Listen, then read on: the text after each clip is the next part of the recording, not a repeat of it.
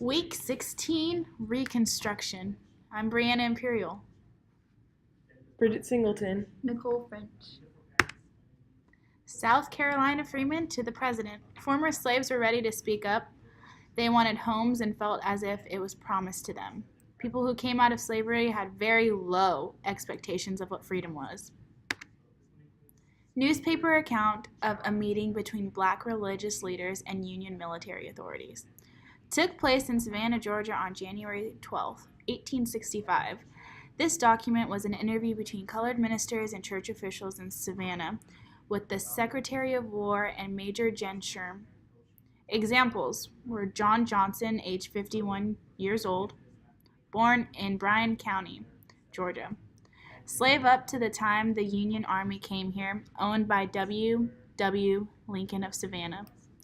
Is class leader and treasurer of Andrews Chapel for 6 years. Alexander Harris, age 47 years. Born in Savannah, freeborn, licensed minister of Third African Baptist Church. Licensed about 1 month ago at that time. James Mill, age 56 years. Born in Savannah, freeborn, and is a licensed preacher of the First Baptist Church. Has been 8 years in ministry. Lincoln and the War. President Lincoln was elected president by a majority of the United States, which guaranteed him the right of holding the office and exercising the right over the whole United States. Before Lincoln came into office, the war had already started by the rebels. The main purpose of the war was to bring the rebellious states back into the Union and their loyalty to the laws of the United States. The president thought that his proclamation was enough to stimulate them in laying down their arms, reduce them to obedience, and help to bring back the rebel states. And their not doing so had made the freedom of the slaves a part of the war. With that, every black man to enlist in the war leaves a white man at home with their families. Gen Sherman. So much gratitude was shown to Gen Sherman for his work to where, when he arrived, it was almost as if those around worshipped him for merely just being there. His approach from others came off as more of a gentleman and a friend. Their confidence placed in him was so high to where they didn't believe they were close to better off without him. The wartime genesis of free labor, the Lower South. After the Civil War, there had to be a social structure to replace slavery.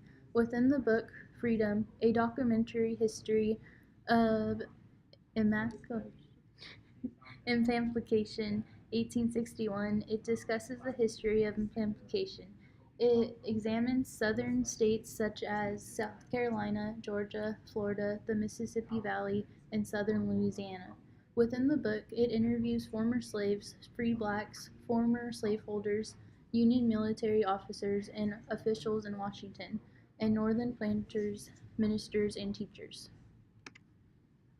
Rudder and Town to Lincoln, the letter. The letter to Lincoln by Don Carlos, May 29, 1864, was intended to claim ownership over the land. African Americans had ran away to seek shelter and a better life. The pact between freedmen and Massa Lincoln was of extreme importance to both sides. Why the letter was written. This letter was wrote by freedmen, a refuge from Edisto. Don Carlos was of old age and a servant to the Aston family. Freedmen usually wanted to talk to Mr. Lincoln because they had hope of him, listening to their needs and pleas. Don Carlos wrote this letter to plead Mr. Lincoln to have ownership over the land that he worked on, to put a house along with crops such as cottons and potatoes. A quote from the text, "My son got sick on the wash bag, and he will never get well, and he has a cough that will kill him at last. He cannot do much work, but I can maintain him. I had rather work myself and raise my own cotton than work for a gentleman for wages.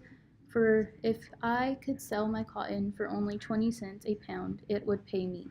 This quote tells the readers about all the different problems faced by innocent families, especially freedmen, who were trying to find a way for themselves and their family in this new and less hostile environment. What solutions did the authors of the letters want? The authors advocated through these letters. The biggest want there was within the letter, South Carolina freedmen to the president, was the great desire to have land and a home built on that land. Were slaves prepared for a free market? The simple answer to this is no. Although slaves were free, they had many limitations.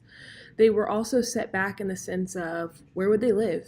Where would they work? How do you simply survive in a free market economy? Were slaves prepared for a free market? Continued.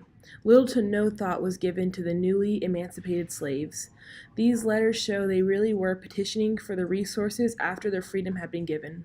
One program called Freedmen's Bureau had been created to provide food, shelter, clothing, and medical care to former slaves. Public schools still excluded black children. State legislators also began to pass laws to limit the freedom of the new freed slaves. The end.